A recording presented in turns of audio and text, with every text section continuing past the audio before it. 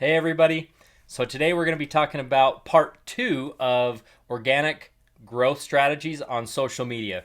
So, if you didn't catch part one, go back to last Wednesday's video and just check that out. We're going to kind of gloss over what we covered, but I'm not going to go back over that content. You can go back and watch that other video.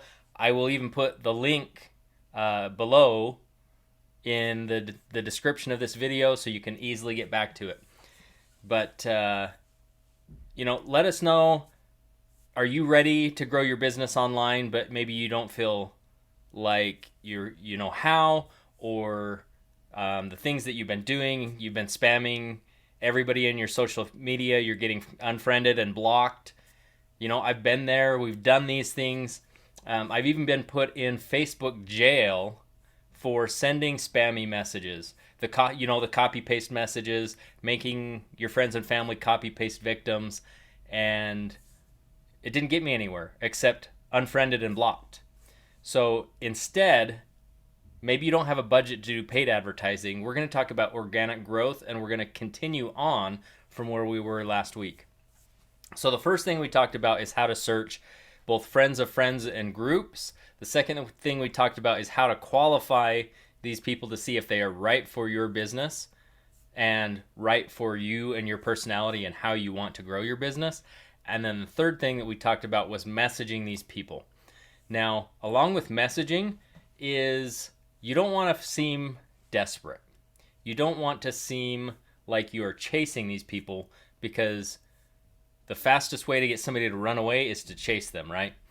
So instead, we just want to give them an opportunity.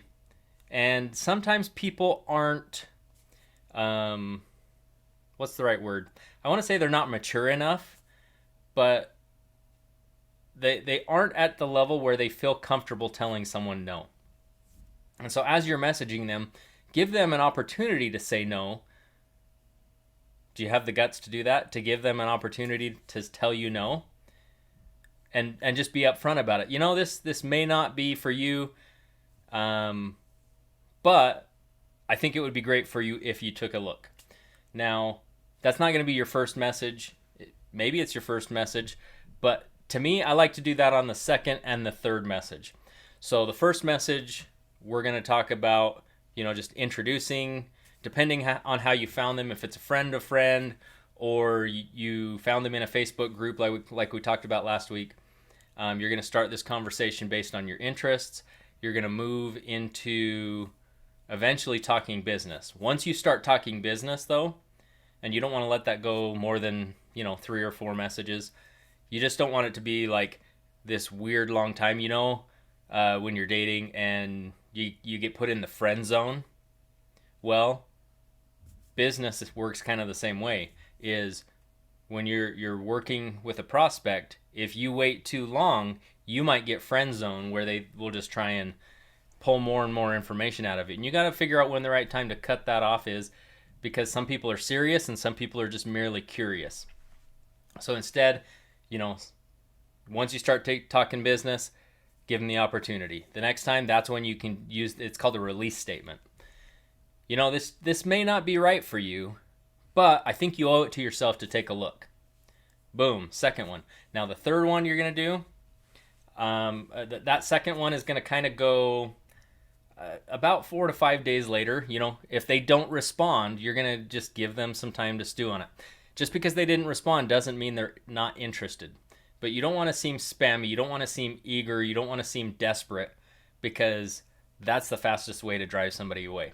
So a few days later, 4 to 5 days later, you're going to say, hey, just a short message. Hey, did you see the message? Just wanted to check. Are you even interested? It's okay if you're not interested. Just tell me no. What you've done with that release statement, though, is you've given them an option to say no and let them know that it's okay. But the second thing that you can do that it does is it also gives them an opportunity to say yes. Sometimes people get busy. Sometimes people just don't remember that they opened your message. Or sometimes somebody's kids or significant other or spouse opened the message and they never saw it. So just give them another opportunity. And then the third message is going to be about 7 to 10 days later after that second message. And this one is just going to be like, hey, look, just want to check, assuming they haven't responded, right? Hey, I'm not going to contact you again about this. I'm going to take you off my list if you're not interested. Just let me know where you're at, right? Do you have the guts to say, I'm going to take you off my list? I'm not going to talk to you again about that. Okay? So those are some good opportunities to re-engage people in the messaging. But it's not sending them a message every single day. It's not getting in their face about it. Because if you're aggressive, people have two choices. They're either going to go into fight or flight mode, or maybe a third option is freeze, like the fainting goats.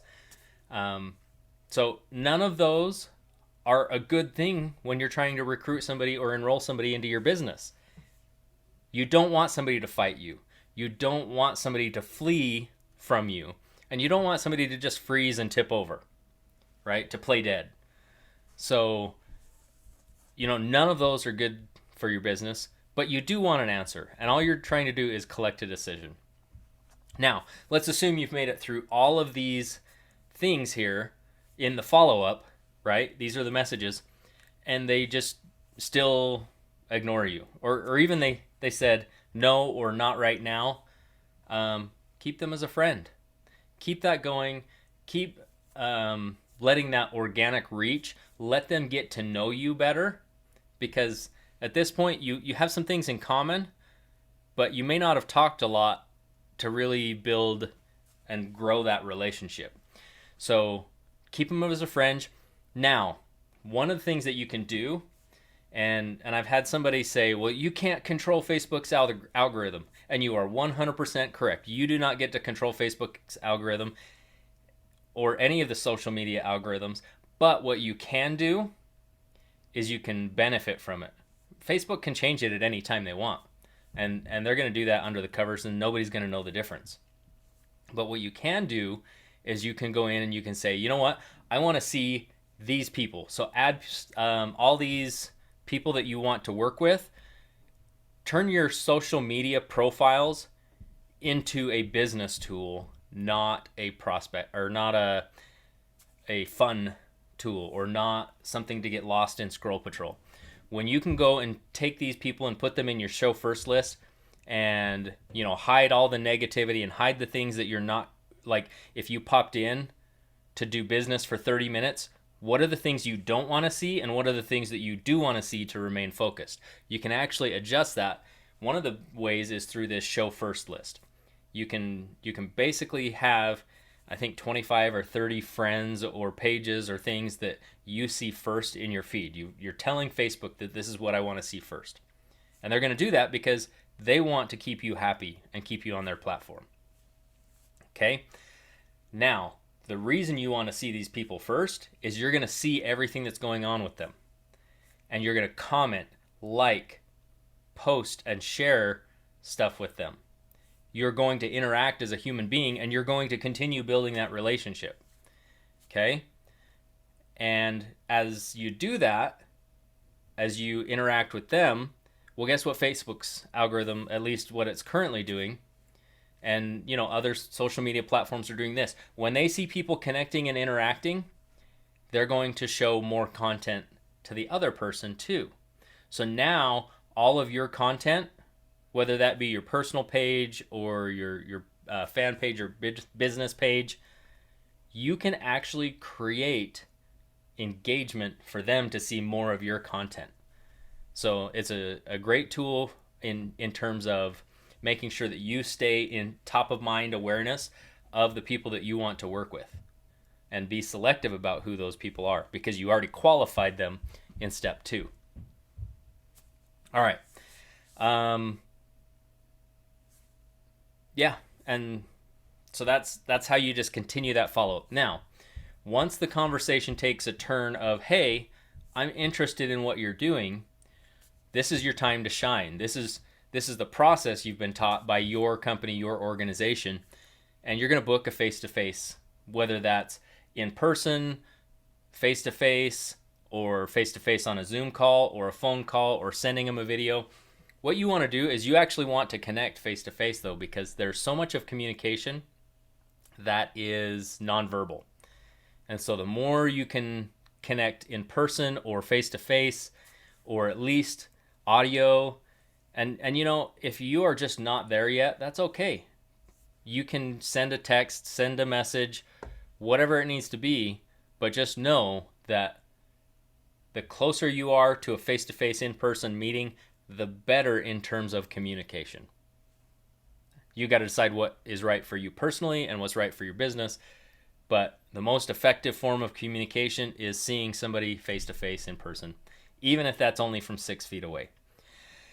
Now, depending on how you found them, whether it's a friend of friend or even a friend of somebody who is already part of your team or your organization, or even a Facebook group, right? You've been building up this conversation and you're going to book. Now, the best thing to say that you want to do is, hey, you know what? If we're going to work together, we're likely going to be spending some time together. So how about we meet face to face or meet on Zoom and just see if we can get to know each other and see if we even like each other. Because if we don't like each other, yeah, we're probably not going to want to work together. And that goes both ways. So it's just an easy, no pressure meet. You're just going to get to know each other. And this first one is all about taking that research that you did in qualification from last week's video and putting it into practice so that you can see, okay, was the information I saw correct? Because now I'm getting to actually have a conversation with this person.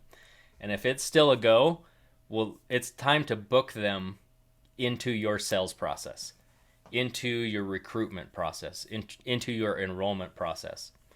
So that is how to take between last week and this week, start to finish, organic growth into your business, into your team.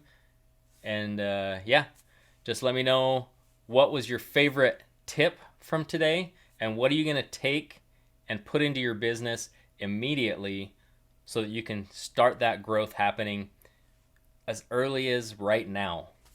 So just let me know that down below. I'd love to hear from you guys and hear how this is working for you in your business. And I'm going to sign off now and go do some exercise. Talk to you later.